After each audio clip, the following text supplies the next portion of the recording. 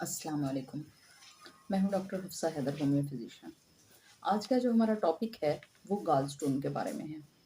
गाल स्टोन के बारे में मैंने पहले भी वीडियो बनाई है, मगर आज मैं इस वजह से बना रही हूँ कि जो स्टूडेंट अभी अभी जो न्यूली डॉक्टर जो हैं क्वालिफाई हुए हैं, उन लोगों को केस किस तरह से ट्रीट करना चाहिए और उनके लिए मैं वीडियो बना रही हूँ कि अगर उनके पास पित्ते की पथरी का या गाल स्टोन का पेशेंट आता है तो उन्हें घबराना नहीं चाहिए। उन्हें ज़रूर जो है अपने पेशेंट को टैकल करना चाहिए और अपने पेशेंट को ये बताना चाहिए कि आया कि ये सर्जिकल ऑप्शन है आपका या आप मेडिसिन से ठीक हो जाएंगे। तो इसलिए थोड़ा सा हम पहले अनॉटमी जो है वो उसको डिस्कस करते हुए आगे चलेंगे। सबसे पहले तो ये कि जो गाल होता है, गाल ब्लैडर, वो एक आर्गन होता है अप्रोक्सीमेटली 6 इंच का। और ये कहाँ सिचुएटेड होता है? हमारा जो लीवर है उसके बिल्कुल बैक पर एक अनफूला हुआ, जैसे एक गुब्बारा होता है मगर फूला हुआ नहीं होता। उसके अंदर जो है वो सिक्रीशंस होते हैं और उसको एक जो बैग होता है, एक थैला सा होता है छोटा सा, उसको हम क्या कहते हैं, पित्ता कहते हैं या हम उसको गाल ब्लैडर बोलते हैं।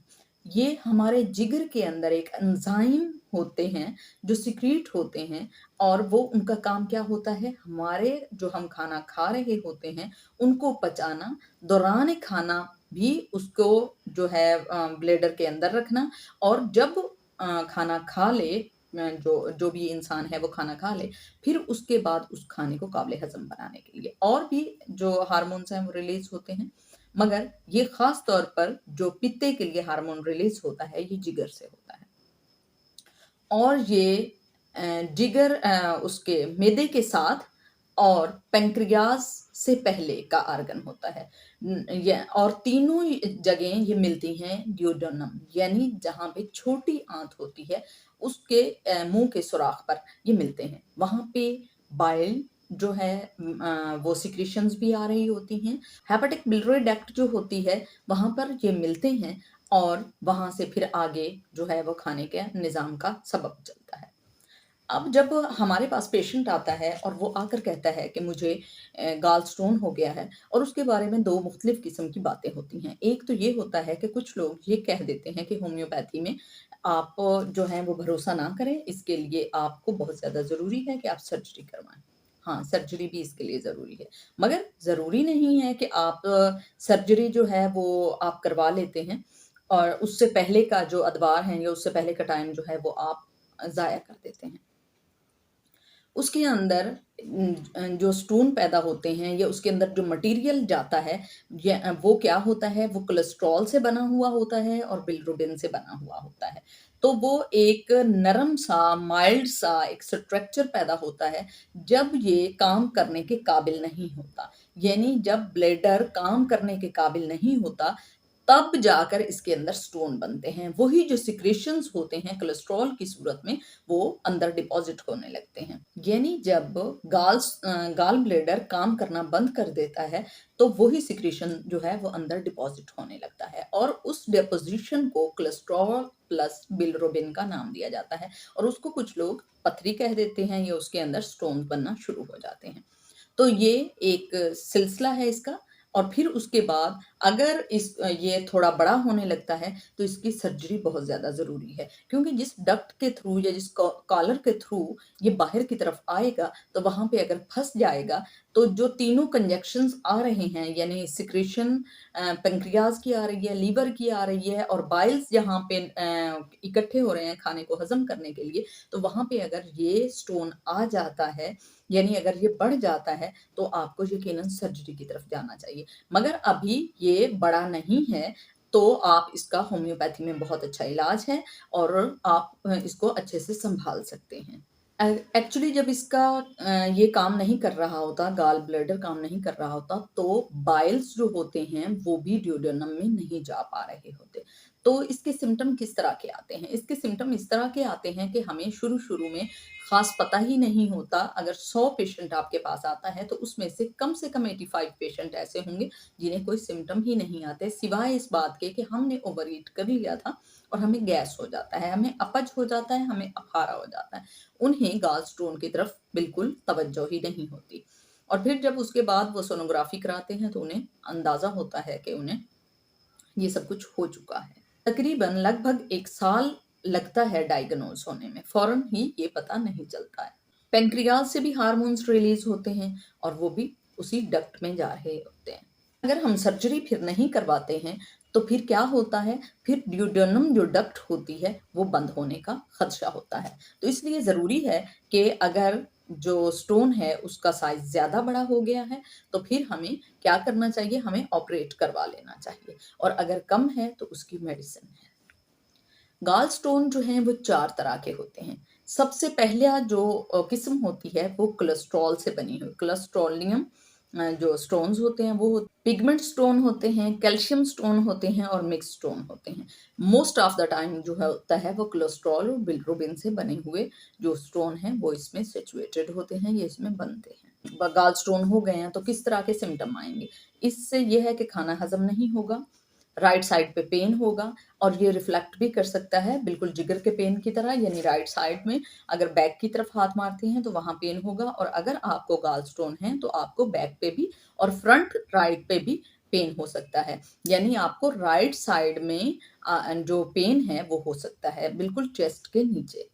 और गैस बनना शुरू हो जाएगा और अगर देर से खाना खाया है तो वो हज़म नहीं होता और ख़ास तौर पर अगर चिकनाई वग़ैरह आपने ज़्यादा ली है तो वो हज़म नहीं होती है। क्योंकि जो सिक्रीशंस हो रही थीं यानी वो एंज़ाइम्स जो लीवर बना रहा था और वो गॉल ब्लैडर में पहुँचा रहा था ताकि न छोटी आँत में जाकर ये खाना सारा हज़म हो, तो वो तो डिपोज़िशन उसकी होना शुरू हो गई। वो तो काम ही नहीं कर रहा, तो खाना जो है वो हज़म नहीं हो रहा, या अपच और अफारा की कैफ़ियत हमें महसूस हो रही। ये दर्द मुसलसल भी हो सकता है, ये 2 से 3 दिन तक भी दर्द हो सकता है और ऐसे भी हो सकता है कि ये 2 से 3 घंटे तक दर्द हो। दर्द की कैफ़ियत जो होती है वो इन्फ्लेमेशन पर डिपेंड करती है। अगर आपके गाल स्टोन के दौरान इन्फ्लेमेशन अंदर हो गई है, तो उसकी वजह से आपका दर्द जो है वो बढ़ सकता है। अब इसमें होम्योपैथी में कौन-सी मेडिसिन है? सबसे पहली जो इसकी दवा होती है, उसका नाम क्या है? क्लस्ट्रोलियम 3x। ये क्योंकि ये पथरी जो है, ये बनी हुई कोलेस्ट्रॉल से बनी हुई होती है, बिलिरुबिन से बनी हुई होती है, तो इसके लिए ये टैबलेट बहुत ज़्यादा ज़रूरी है कि आप 2-2 टैबलेट 1-1 घंटे के बाद अगर आप लेते हैं, तो ये आपके लिए बहुत ज़्यादा इफ़ेक्टिव है। उसके बाद 3 मेडिसिन ऐसी होती हैं जिनमें सबसे पहले नंबर पर चैलिडोनम क्यू आती है। आप क्यू लीजिएगा, किसी और पोटेंसी में नहीं लेनी है। चैलिडोनियम क्यू, बर्बरिस वल्गरिस क्यू जो है वो बहुत ज़्यादा इफ़ेक्टिव मेडिसिन है और चैलिडोनम के साथ जो सबसे इफ़ेक्टिव मेडिसिन है उसका नाम क्रेडिसमेरी। क्रेडिसमेरी के बारे में पहले भी मैंने एक वीडियो बनाया है, मगर इन तीनों को इकट्ठा मिला लिया जाए और फिर जो है 20-20 ड्रॉप अगर हम ले लेते हैं 3 टाइम में, तो ये बड़ी तेज़ी से निकल सकती है जो पथरी होती है। फिर उसके बाद अगर आपको पेन के सेंसेशन आते रहते हैं, यानी पेन आपको होता रहता है, तो उसके लिए संकूना यानी चाइना बहुत ही ज़्यादा इफ़ेक्टिव है, आप चाइना लीजिएगा। और अगर आपको गैस बरकरार रहती है, तो लाइकोपोडियम भी साथ में बहुत ज़्यादा इफ़ेक्टिव है। अगर आपका जिस्म थका-थका सा रहता है, आप ज़हनी तौर पर बहुत ज़्यादा काम करते हैं, मगर जिस्मानी तौर पर आप वीक रहते हैं, आप ज़्यादा काम नहीं करते, आप डिसेंट्री लाइफ़ जीते हैं, तो उसके लिए आपको नक्स वोमिका लेना होगा। लाइकोपोडियम भी गैस के लिए बहुत ज़्यादा इफ़ेक्टिव है, नक्स वोमिका भी बहुत ज़्यादा इफ़ेक्टिव है। जो नक्स वोमिका है, अगर रात में आपके जो सिम्पटम हैं वो बढ़ रहे हैं और दिन में कम हो रहे हैं, तो उसमें नक्स बहुत ज़्यादा अहमियत की हामिल है। और अगर दिन-रात में आपकी सिचुएशन एक जैसी रहती है, तो उसमें लाइकोपोडियम बहुत ज़्यादा इफ़ेक्टिव मेडिसिन है। तो जिस तरह के आपके सिम्पटम होंगे, उसी तरह की आप मेडिसिन ले सकते हैं। मगर मुसलसल जो इस्तेमाल करने के लिए आपको 2 से 3 महीने लगेंगे और अगर आपका अभी शुरुआत है और इन्फ्लेमेशन कैफ़ियत है और आपको इन्फ्लेमेशन हो चुकी है, तो उसके लिए आप ये मेडिसिन जो है 1 महीना तक आप इस्तेमाल कर लें और उसके बाद अगर आप अल्ट्रासाउंड करवाते हैं और उसके दौरान इसमें कमी आती है, तो आप इसको जो है वो कंटिन्यू कर सकते हैं। अगर आपको ऐसा लग रहा है कि आपका टाइम पीरियड जो है यानी पथरी जो पित्ते की है वो बढ़ चुकी है, तो आपके इसके लिए रिस्क ना लें। आप इसके लिए फ़ौरन जो है वो सर्जरी की तरफ जाएँ, वरना क्या हो सकता है, आपकी जो डक्ट है यानी आपका जो लीवर है वो भी खराब हो सकता है और जो डिओडोनम वाली डक्ट है वो भी बंद हो सकती है। तो इससे क्या होगा कि आपका जो खाना है वो हज़म नहीं हो सकता।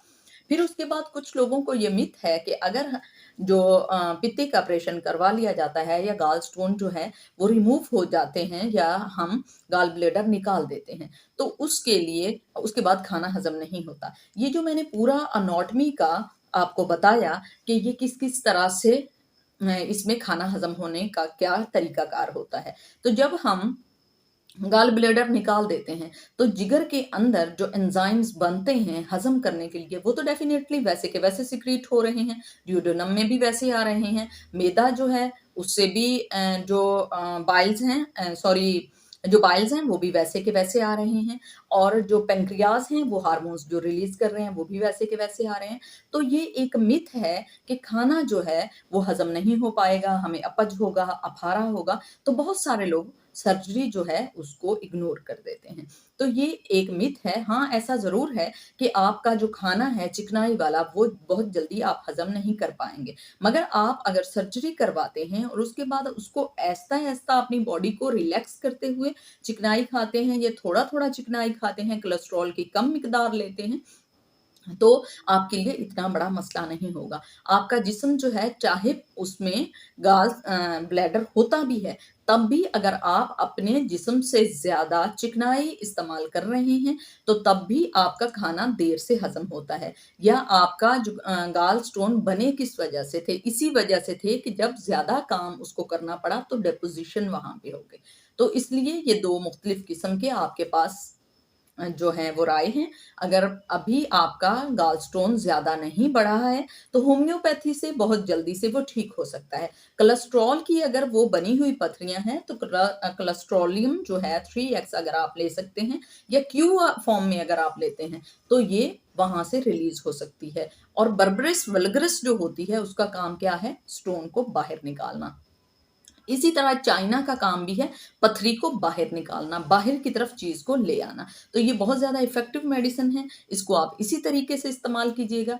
और अगर आपने जो लोग वीडियो देख रहे हैं और उन लोगों को जो स्टोन है गाल स्टोन, तो वो खुद से ना लें, वो अपने करीबी किसी भी डीएचएमएस से राब्ता कर सकते हैं, तो वो उनके कॉन्स्टिट्यूशनल को देखते हुए उनकी आदात और उनका जो रहन-सहन है, उनका खान-पान है, उसके मुताबिक मेडिसिन जो है वो सजेस्ट कर सकते हैं।